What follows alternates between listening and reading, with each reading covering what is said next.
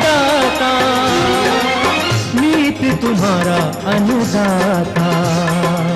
पग पग पर है संग तुम्हारे अन्नदाता। लहू किसानों का बन के पसीना सींचता है धरती का सीना। मेहनत का तेरी हक दिलवाने, नई तकनीक नई खोज बताने। पशुधन को गुणवान बनाना, पौध सुरक्षा को सिखलाना, खेती के सब गुर समझाने, भारत का सरताज बनाने। आठों पहर है संग तुम्हारे अन्नदाता, अन्नदाता। नमस्कार, मैं हूं निदा अहमद। आप सभी का अन्नदाता कार्यक्रम में स्वागत करती हूं। हर रोज की तरह कार्यक्रम में लेकर आई हूं खेतीबाड़ी से जुड़ी हुई बहुत सी लाभकारी जानकारियां। तो चलिए सबसे पहले देखते हैं क्या है विशेष आज के कार्यक्रम में। जापानी पुदीना की सफल खेती के लिए किसानों को जरूरी तकनीकी सलाह।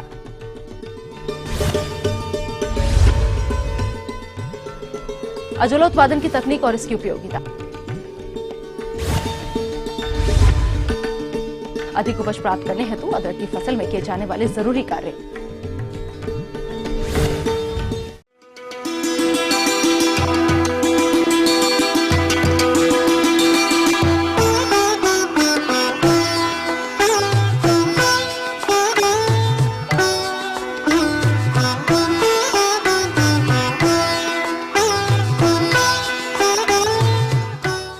जापानी पुदीना, जिसे मेंथा भी कहते हैं और किसानों के बीच पिपरामिंट के नाम से प्रचलित है। जहां तक इसकी खेती की बात है तो हमारे बहुत से किसान भाई इसकी खेती में काफी रुचि ले रहे हैं, क्योंकि इस फसल से कम लागत व कम समय में प्रति एकड़ से 40 से 45 हजार का शुद्ध लाभ मिल जाता है। तो जापानी पुदीना से अधिक लाभ लेने के लिए इसकी खेती में कौन कौन सी बातों का ध्यान रखना है, इस बारे में बता रहे हैं केंद्रीय औषधीय एवं संगंध पौध संस्थान लखनऊ के डॉक्टर VKS तोमर।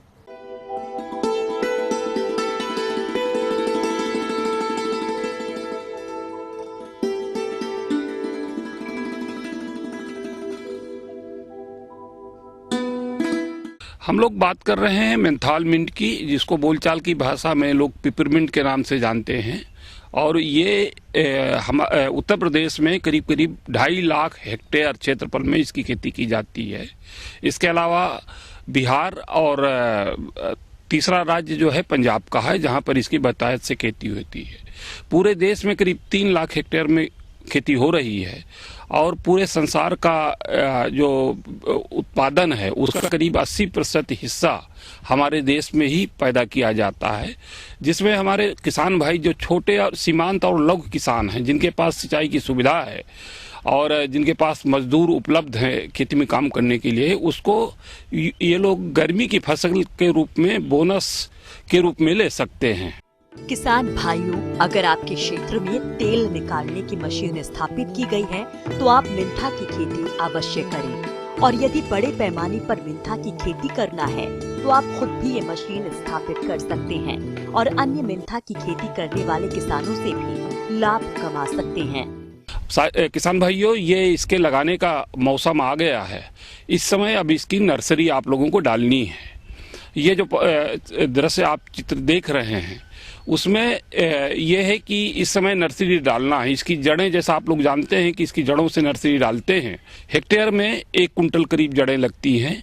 इसमें सीमेप ने, केंद्रीय औषधीय संगंध पौधा संस्थान लखनऊ ने इसमें ढेर सारी प्रजातियां उन्नत किस्म की डेवलप की हैं, जिसमें जो इस समय प्रचलित प्रजाति है वो कोसी प्रजाति है, जो पूरे क्षेत्र का करीब 80% हिस्सा केवल एक वैरायटी के तहत है। इसके अतिरिक्त सीमेप ने 2 नई जातियां निकाली हैं। इसमें एक सीमेप सरयू और दूसरे सीमेप सिम क्रांति है, जो सिम क्रांति इसी वर्ष निकाली गई है। जो हमारा आगामी किसान मेला 31 जनवरी 2016 को हो रहा है, उसमें इन किसानों को इसकी पौध सामग्री उपलब्ध कराई जाएगी। यहाँ से किसान भाई ले सकते हैं।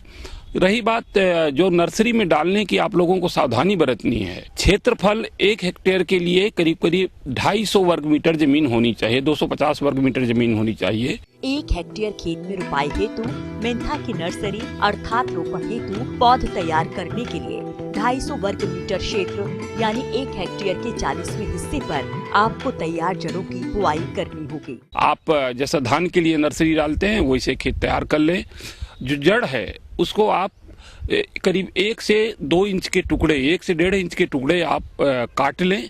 काटने का सबसे बढ़िया तरीका होता है कि जो चारा काटने की मशीन होती है उसमें एक गड़ासा निकाल दें, उसके बाद उसकी कुट्टी बना दें और खेत में पानी भर कर आप उसको गंदा कर दें। गंदा करने के बाद जब पानी सेट होने लगे या पानी नीचे बैठने लगे, उस अवस्था में इन जड़ों का छिड़काव बुरका देते हैं खेत में। और 2 दिन के बाद उसमें नारियल के झाड़ू से उनको आप जड़ों को पीट दीजिए जिससे कि वो मिट्टी के अंदर चली जाए।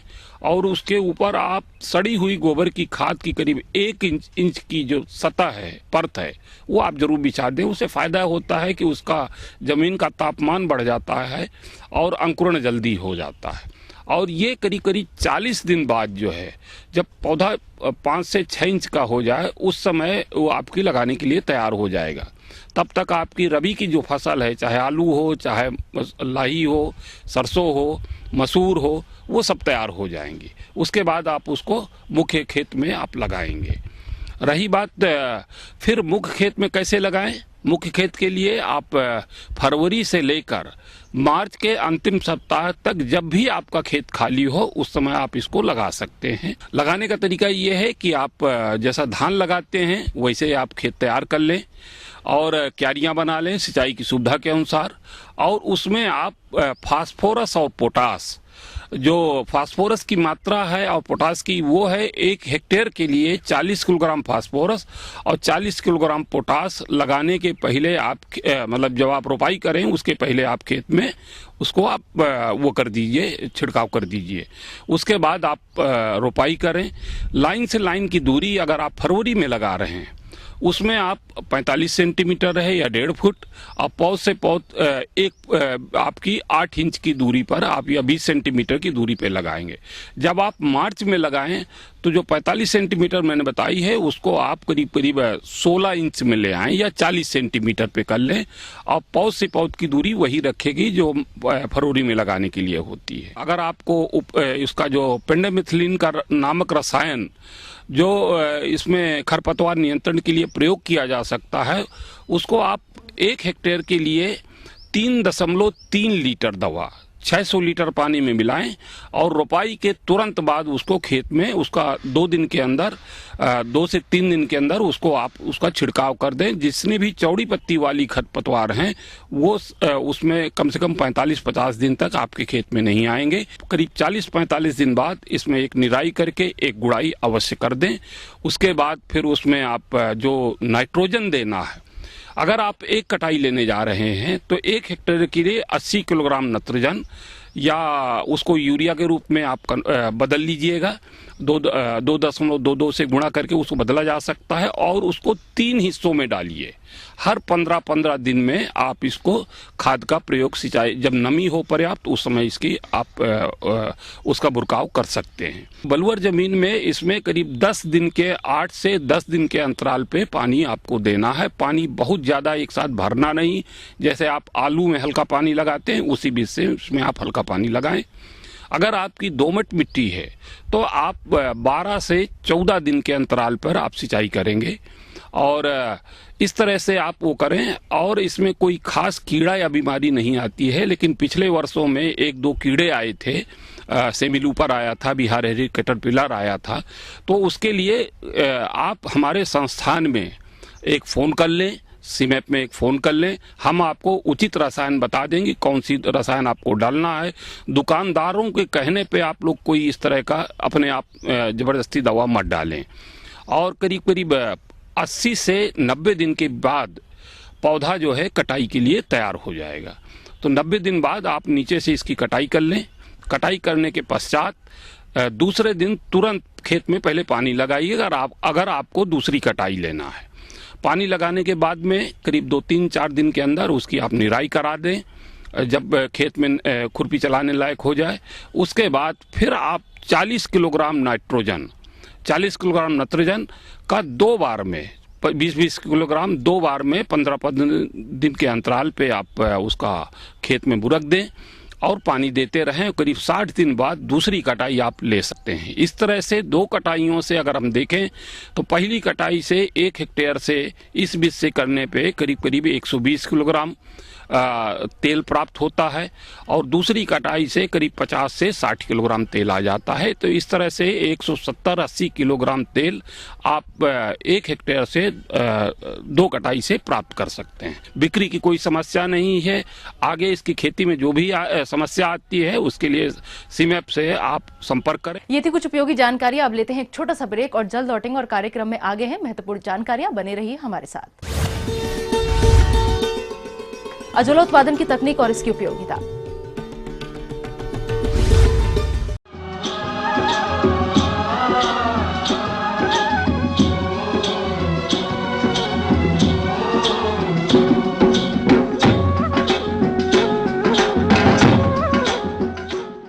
ब्रेक के बाद आप सभी दर्शकों का स्वागत है। चलिए अब रुक करते हैं अगली कड़ी की ओर।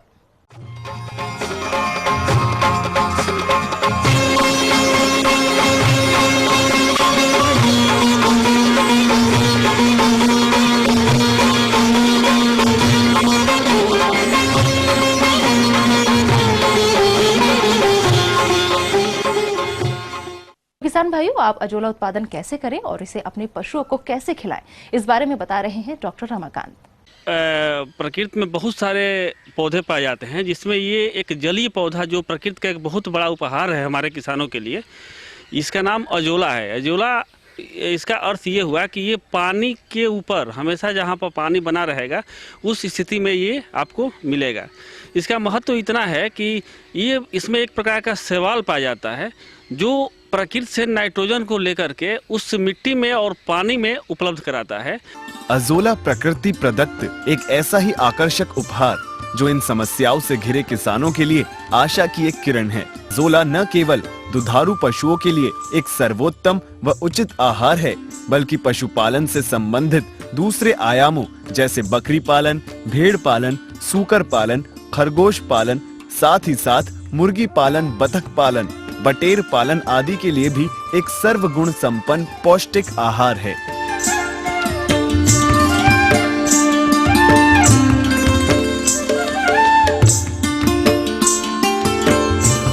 अजोला धान की खेती में हरी खाद के रूप में भूमि की उर्वरता बढ़ाने के लिए प्रयोग में लाया जा रहा है। अजोला का प्रसारण इसके प्रभावी वानस्पतिक भागों से होता है और उसकी पोषक तत्वों की महत्ता मिट्टी को बढ़ाता है। जैसे जो भी नाइट्रोजन, फास्फोरस और पोटास खेत में प्रदान किया जाता है, अगर ये अजोला को उस खेत में पहुंचा दिया जाए तो वहाँ पर आधी मात्रा नाइट्रोजन, फास्फोरस और पोटास को देंगे, तभी आपका आवश्यकता की आपूर्ति हो जाएगी। व्यवसायिक दृष्टि से अपनाने के लिए किसान भाइयों, अगर व्यवसायिक दृष्टि से अगर आप इसको अपनाना चाहते हैं, छोटा सा टंकी बना लें। टंकी बनाने का साइज है जैसे 2.5 मीटर आपको लंबा ले लें, 1.5 मीटर चौड़ा ले लें और आधा मतलब 50 सेंटीमीटर के आसपास आपको गहराई लेना है। और गहराई लेकर के एक प्लास्टिक का लेयर उस पर बिछा देना है। प्लास्टिक लेयर बिछा करके उस प्लास्टिक के ऊपर 10 से 15 सेंटीमीटर आप मिट्टी के एक लेयर बिछा दें। ये प्लास्टिक हम इसलिए बिछाते हैं कि जो पानी है जो हम उस टंकी में भरेंगे, उस पानी बाहर न कहीं चला जाए। अब अगला पड़ाव है एक जल रोधी संवर्धन क्यारी को तैयार करने का। इसके लिए सूर्य की पराबैंगनी किरणों से रोधी सिल्पोलिन की चादर को प्रयोग में लाया जाए। अब इसे निर्धारित 2.5 मीटर लंबे व 1.75 मीटर चौड़े आकार में काट लिया जाए। अब पॉलीथीन की चादर को चयनित गड्ढे में बिछा दे और यह सुनिश्चित कर ले कि पॉलीथीन की चादर गड्ढे की सतह के चारों ओर दीवारों पर भली भांति से लगी हुई है। अब चारों दीवारों पर ईंटें बिछा दे और उसके ऊपर मिट्टी का लेप लगा दे। इसके अलावा जहाँ कहीं गड्ढे का तल किसी पेड़ के पास या उसके नीचे स्थित है तो ऐसी दशा में पॉलीथीन की चादर को गड्ढे में बिछाने के पूर्व बेकार पॉलीथीन या टाट के टुकड़ों को बिछाने के पश्चात ही सिल्पोलिन की चादर गड्ढे में बिछाई जाए। प्रत्येक गड्ढे में 30 से 35 किलोग्राम बारीक छनी हुई मिट्टी डालकर अच्छी तरह से फैला दिया जाए। 7 प्रजाति में से 2 प्रजाति जो एजोला माइक्रोफिला और एजोला माइक्रोकिल्ना, ये 2 प्रजाति जो है ये वर्ष भर पाई जाती है। इसी को लगाया जाए तो बेहतर परिणाम आएगा। और साथ ही बिहार कृषि विश्वविद्यालय द्वारा 2 और प्रजाति का विकास किया गया है, अजोला सबोर 1 और अजोला सबोर 2। ये भी दोनों वर्ष भर आपको उपलब्ध रहती है। इसके अलावा वो जो मिट्टी का लेयर बनाए हैं उसमें 5 किलो गोबर लीजिए और उसको 10 लीटर पानी में घोल करके और छान करके उसमें डाल दीजिए। उसके बाद ये अजोला जो आप लेकर के आए हैं उसको उसमें डालिए।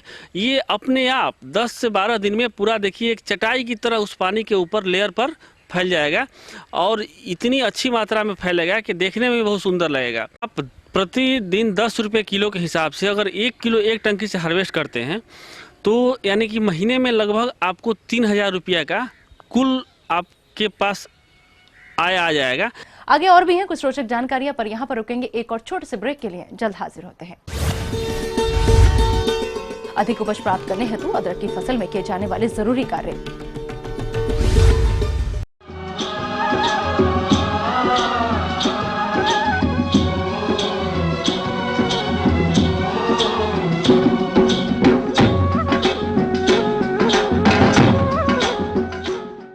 ब्रेक के बाद एक बार फिर से आप सभी दर्शकों का अन्नदाता कार्यक्रम में स्वागत है। बढ़ते हैं अगली प्रस्तुति की ओर।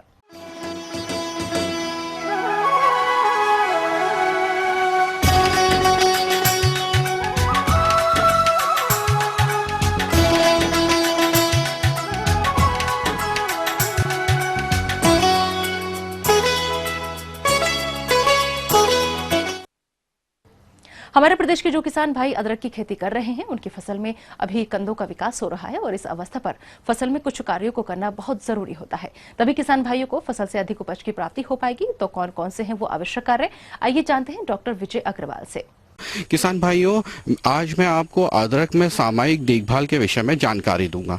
किसान भाइयों, अदरक की अगर हम बात करते हैं तो भारत के कई प्रांतों में अदरक की व्यापक रूप से खेती होती है और इसकी खेती के लिए जो उपयुक्त क्षेत्र होते हैं उनमें जो गर्म एवं उष्ण जलवायु वाले क्षेत्र होते हैं वहां पर इसकी बहुत ज्यादा खेती होती है। अदरक की जो फसल होती है वो लगभग आप देखेंगे कि 8 से लेकर 9 महीने की होती है और इस समय अभी अदरक की जो फसल है वो 6-7 महीने की हो गई है और इस समय इसमें प्रकंद में जो रेशे हैं उसकी बढ़ाहट चल रही है और साथ ही साथ प्रकंद के पकने की अवस्था इस समय है।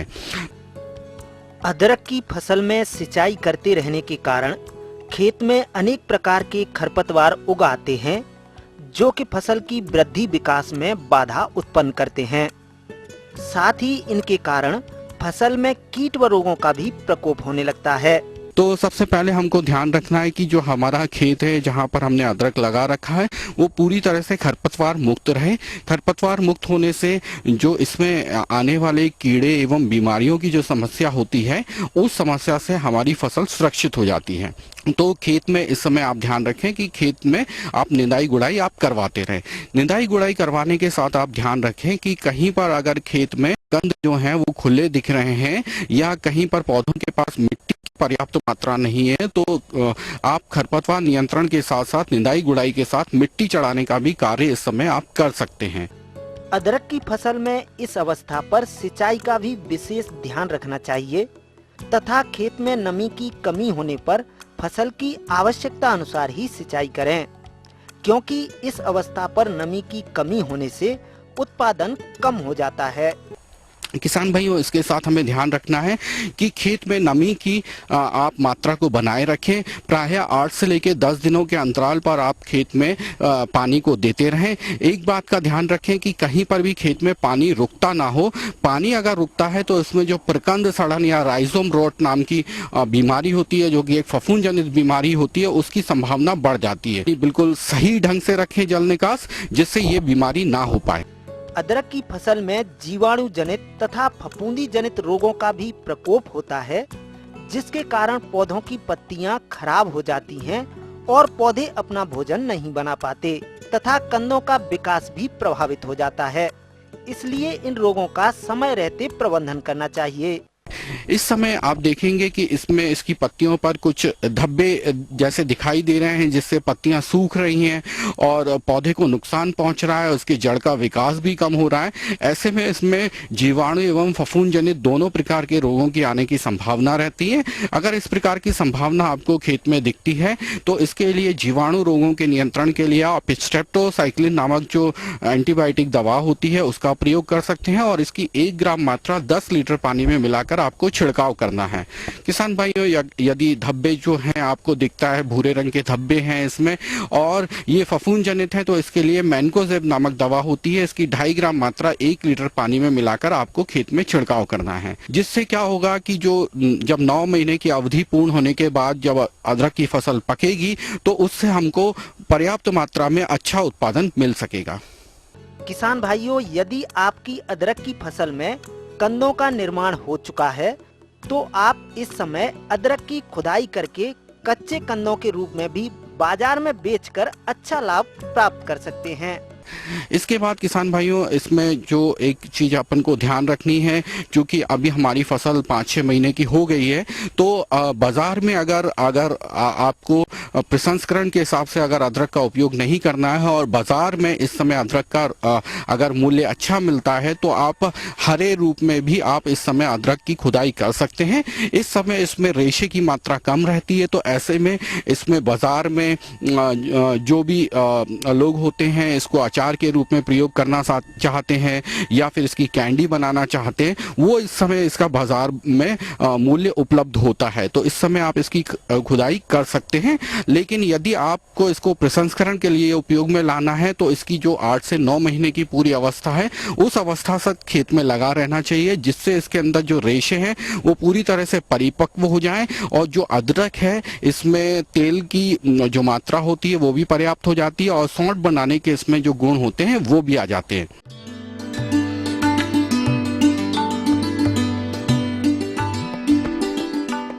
अन्नदाता हेल्पलाइन निःशुल्क फोन संपर्क सेवा के माध्यम से आपके द्वारा पूछी गई समस्याओं में से 1 या 2 महत्वपूर्ण समस्याओं को हम अपने कार्यक्रम में शामिल करते हैं और इसी के तहत आज की चयनित समस्या और उसका जवाब इस प्रकार है।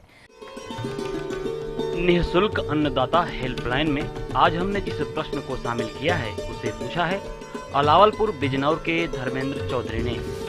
आपने लोटनल में सब्जियों की पौधशाला तैयारी पर जानकारी चाहिए है, तो इसके लिए देखिए कार्यक्रम का यह अंश।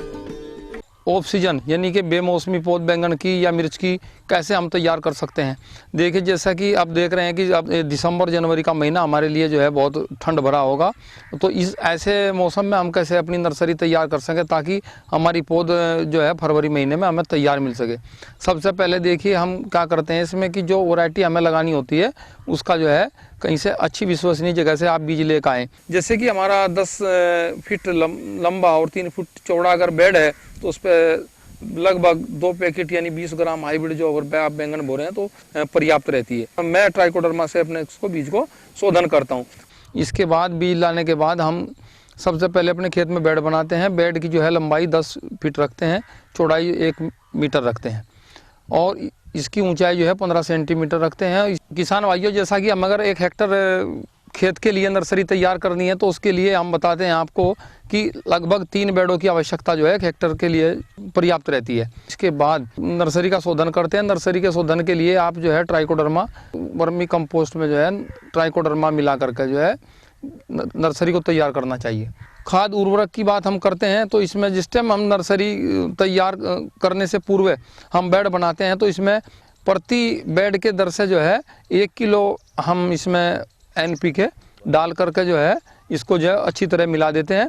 इसके बाद हम फिर बेड तैयार करने के बाद लाइनों से जो है इसकी बिजाई करते हैं। ध्यान रहे कि 8-10 सेंटीमीटर जो है लाइन से लाइन की दूरी रहे और पेड़ से पेड़ की दूरी जो है 3-4 सेंटीमीटर जो है रखते हैं।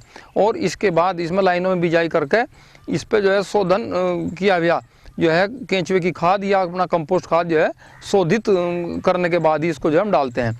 और बिजाई करने के बाद इसको जो है सबसे पहले इसकी सिंचाई करते हैं। सिंचाई करने के बाद इसको पॉलीथीन से कोटेड करते हैं।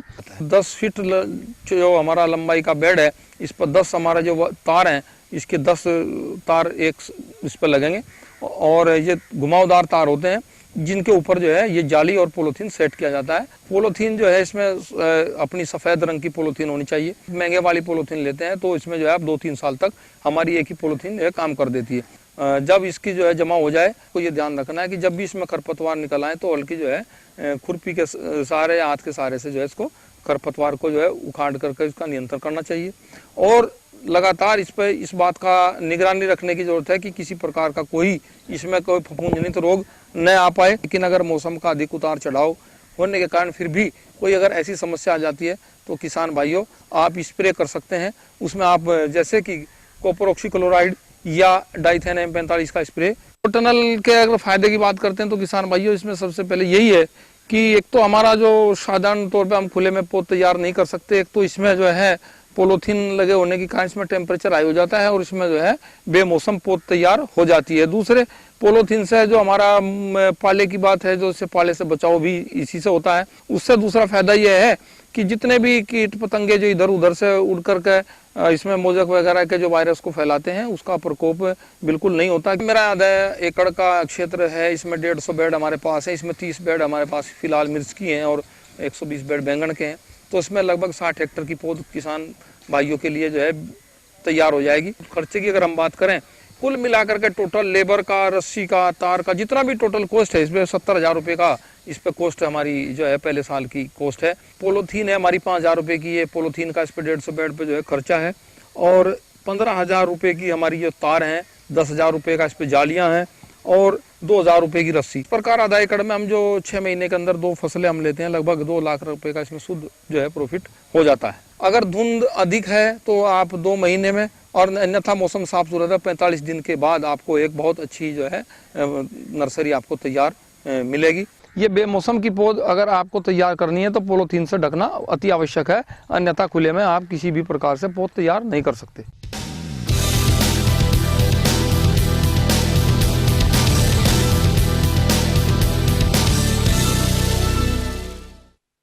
राज्य की विभिन्न मंडियों में कृषि उत्पादों के चढ़ते उतरते बाजार भाव की संक्षिप्त जानकारी इस प्रकार है।